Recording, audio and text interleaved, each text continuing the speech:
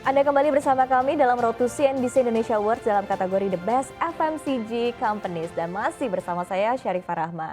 Kita lanjutkan kembali diskusi terkait dengan kinerja dan tantangan Mayora di tengah ancaman resesi. Masih bersama kami di studio CNBC Indonesia Bapak Riki Afrianto selaku Director and Global Marketing Director Mayora Group.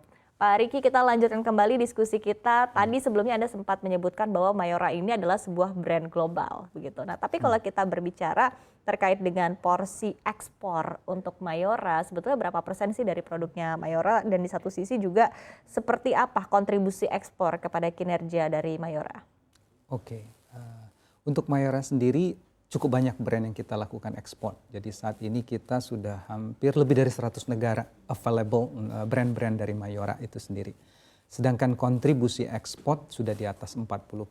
Jadi mungkin Mayora merupakan one of the biggest FMCG dalam artian di mana kontribusi ekspornya itu hampir seimbang antara penjualan di dalam negeri sama ekspor.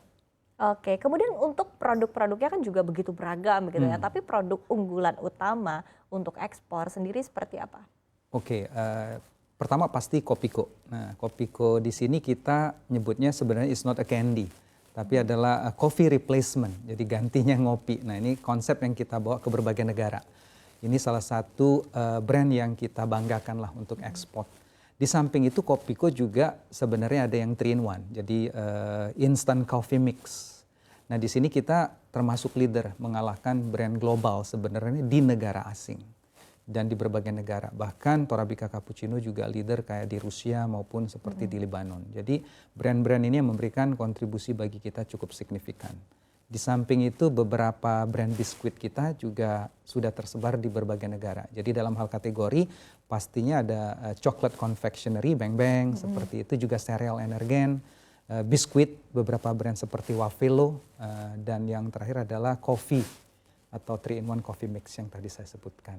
Oke, dan bahkan tadi sejumlah produknya tidak hanya menjadi top of mind di masyarakat Indonesia saja, tapi juga tadi ya di sejumlah negara-negara lain juga menjadi market leader ya Pak. Ya, ini menarik sekali kalau kita lihat juga. Nah, tapi tadi Anda katakan juga bahwa memang ada beberapa negara yang menjadi tujuan utama. Tapi kalau kita petakan lagi begitu ya, apakah memang ada negara-negara yang hingga saat ini masih akan dijaring begitulah oleh Mayora untuk memperluas pasar ekspornya sendiri seperti apa? Oke, pertanyaannya menarik sekali. Jadi apakah kita mau menambah negara gitu ya? Ya.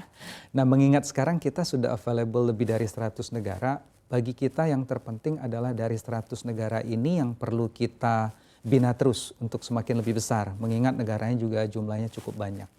Jadi 80% mungkin kalau bisa dikasih percentage akan fokus ke existing country. Mungkin 20%-nya kita ngelihat jika ada opportunity untuk masuk ke negara yang belum kita masuki, oke. Tapi ngelihat porsinya sudah 100 negara, lebih baik kita melihat apa yang bisa kita lakukan lebih di 100 negara yang sudah kita masuki sebenarnya.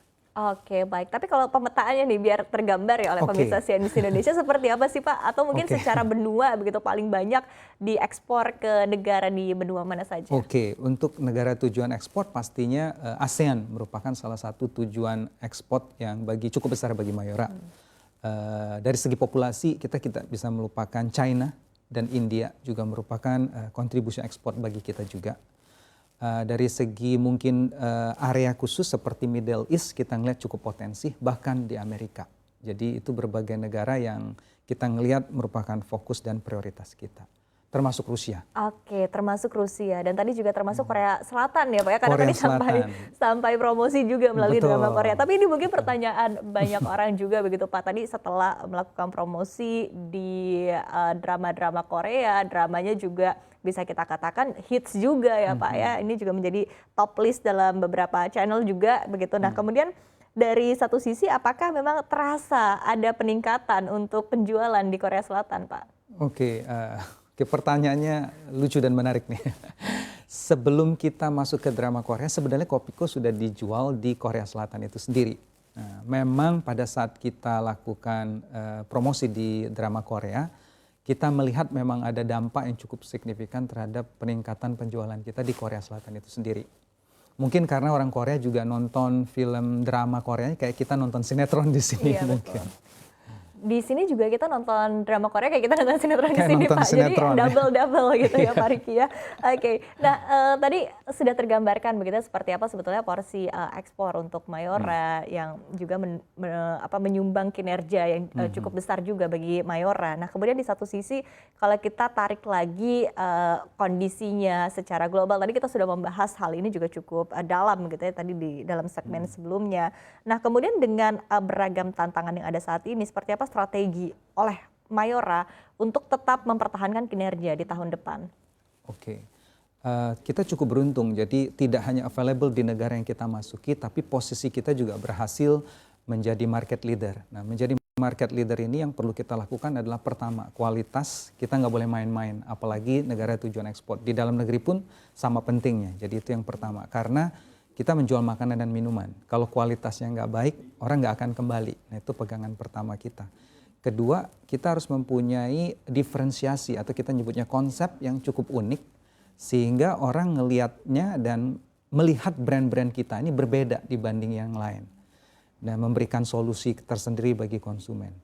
Dan yang ketiga adalah komitmen kita untuk membangun merek itu perlu banget. Jadi kalau negara tujuan ekspor, kita kadang-kadang lupa lebih mendulukan jualan dibandingin brand building. Nah, padahal untuk bisnis yang jangka panjang kita sadar banget brand building sangat-sangat diperlukan. Nah, kalau menyangkut brand building artinya komitmen kita untuk berinvestasi itu tetap akan kita lakukan terutama di negara tujuan ekspor di mana kontribusi itu cukup penting dan merek-merek kita sudah menjadi pemimpin pasar di sana. Nggak boleh main-main di situ. Oke, baik. Nah, tadi untuk investasi tetap harus dilakukan, akan dilakukan. Tapi bagaimana untuk mungkin secara keseluruhan begitu gambaran ekspansi untuk perusahaan di sepanjang tahun 2023 seperti apa? Oke, untuk 2023 tantangannya pasti cukup menarik, tapi di Indonesia juga tidak kalah menariknya yang pasti. Di situ ada pemilu. Nah, kita berharap walaupun ada ancaman global, resesi dan inflasi, kita ngelihat mungkin ada sedikit secercah harapan di Indonesia, jadi marketnya akan tetap menarik dan harusnya kita harus tetap optimis di Indonesia. Untuk market di luar, kita ngelihat mungkin dampak inflasi akan cukup panjang di negara-negara terutama negara maju, di mana kita juga ada tujuan ke sana. Tapi kita ngelihat bahwa by nature kategori FMCG ini kan produknya pertama accessibility-nya juga tersedia di mana-mana, kedua affordable, jadi kita ngelihat harusnya untuk dampak yang tidak begitu besar lah untuk ke kategori FMCG selama kita mempunyai kualitas yang bagus. Kedua, kita tetap menjaga komunikasi dengan konsumen melalui mungkin periklanan dan promosi. Kita harap sih masih tetap optimis tahun depan. Oke. Baik, Pak Riki, ini mungkin pertanyaan terakhir begitu ya, pandangan Anda terkait dengan outlook untuk sektor FMCG di sepanjang tahun 2023 seperti apa? Karena kalau kita lihat dalam beberapa tahun terakhir ini cukup ups and down begitu ya, apalagi di masa pandemi juga kan menjadi sektor yang bisa kita katakan juga cukup resilient, tapi bisa kita katakan juga ya cukup menantang begitu ya Pak, cukup penuh tantangan. Nah, seperti apa Anda melihatnya untuk sektor FMCG, untuk consumer goods di sepanjang tahun 2023? Oke, ya. Pertanyaan yang bagus sekali, jadi memang termasuk pada saat pandemi FMCG termasuk salah satu sektor yang tahan banting. Begitupun saya melihat semoga tidak terjadi resesi, tapi yang pasti mungkin inflasi sudah di depan mata, jadi tahun depan pasti akan terjadi inflasi tidak hanya di Indonesia, tapi juga mungkin globally dan mungkin yang di global akan lebih panjang mungkin dirasakan. Nah, bagi kita adalah karena tadi affordability sama accessibility FMCG itu yang by nature sudah ditawarkan kepada konsumen harusnya lebih tahan banting.